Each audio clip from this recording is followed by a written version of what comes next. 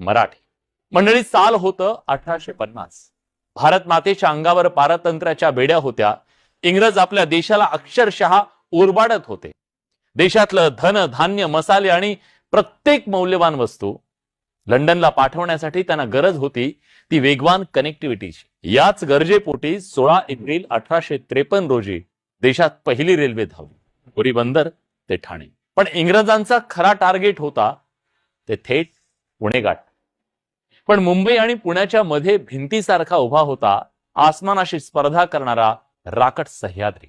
या सह्याद्रीच्या दुर्गम कडेकपारीतून रेल्वेचा मार्ग काढायचा कसा, हे इंग्रजांसमोरचं सगळ्यात मोठं आव्हान आणि कोडं होतं. अनेक समित्या नेमल्या गेल्या, कित्येक गोरे तज्ञ आले, डोकं खाजवून परत, पण सह्याद्रीनं कुणालाही वाट दिली नाही.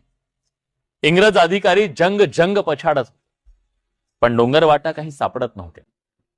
त्या काळात बोरघाटाच्या कुशीत एक धनगर वस्ती होती आणि तिथं राहायचे शिंगरोबा धनगर.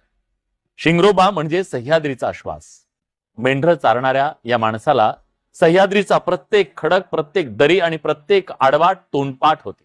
इंग्रजांची ही रोजची पळापळ शिंगरोबा लांबून बघत होते.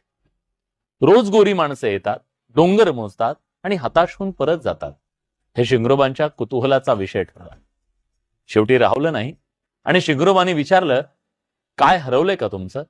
काय शोधता एवढं? हताश झालेल्या इंग्रजांनी त्यांना आपली अडचण सांगितली.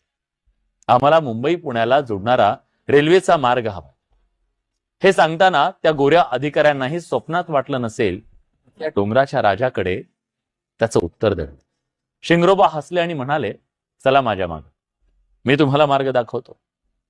काही वेळा शिंगरोबांनी इंग्रजांना तो मार्ग दाखवला, जो आज जगासाठी अभियांत्रिकीचा चमत्कार आहे. एका धनगराच्या अनुभवापुढे 7 समुद्रापारची विद्या थकली हो. शिंगरोबांच्या अफाट अशा बुद्धिमत्तेनं इंग्रज अक्षरशः थक्क झाले. सह्याद्रीचं जे कोडं भल्या भल्या इंजिनियर्सला सुटलं नव्हतं, एका सामान्य धनगरानं एका क्षणात सोडवलं. कमालीचे खुश झालेले गोरे अधिकारी शिंगरोबांना म्हणाले, माग काय मागायचं तुला? पैसा, जमीन की जहागिरी? ती वेळ अशी होती की शिंगरोबांनी सोन्याची वीट जरी मागितली असती ना, तरी इंग्रजांनी त्यांच्या पायाशी ठेवली असती.